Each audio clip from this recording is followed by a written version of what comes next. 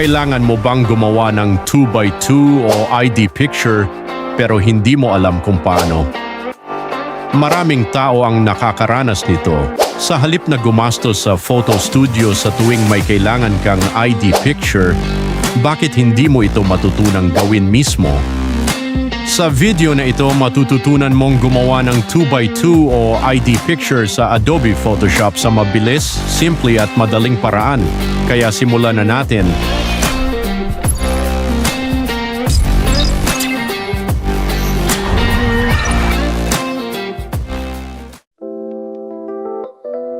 Step 1. Buksan ang larawan. Una, buksan ang Adobe Photoshop. Pumunta sa file, pagkatapos ay piliin ang open.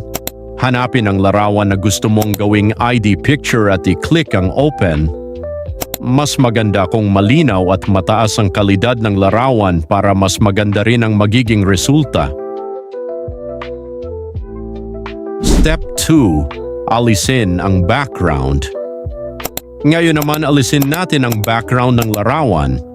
Kung Photoshop 2021 pataas ang gamit mo, pumunta lamang sa Properties panel at i-click ang Remove Background.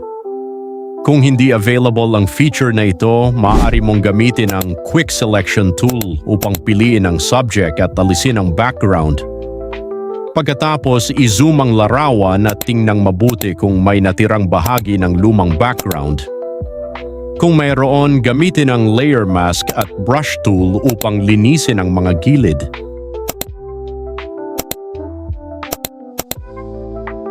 Step 3. Lagyan ng white background. Kapag malinis na ang pagkakaalis ng background, maglagay tayo ng white background.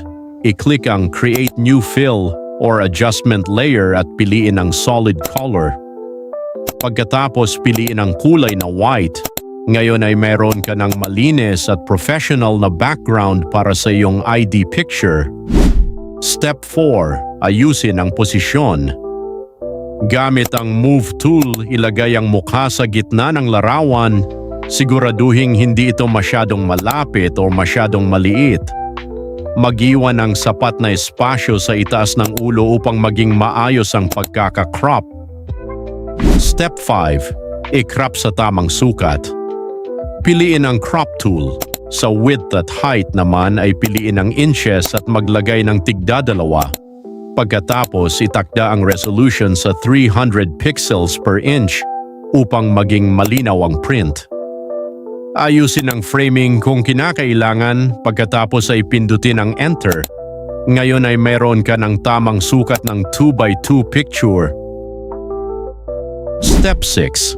Maglagay ng maraming kopya. Gumawa ng bagong document, halimbawa ay A4 size. I-drag ang natapos mong 2x2 picture papunta rito.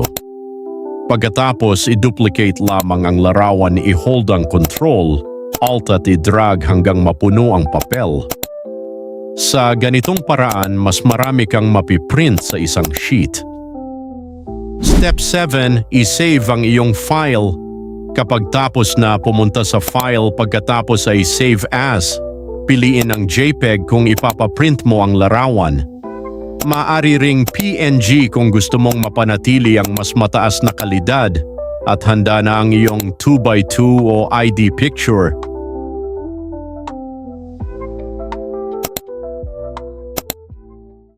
Kung nakatulong ang video na ito, huwag kalimutang mag-like, subscribe at i-click ang bell para hindi mo ma-miss ang mga susunod nating Tagalog Photoshop tutorials. Maraming salamat sa panonood at magkita-kita tayo sa susunod na episode ng Arc Graphics TV.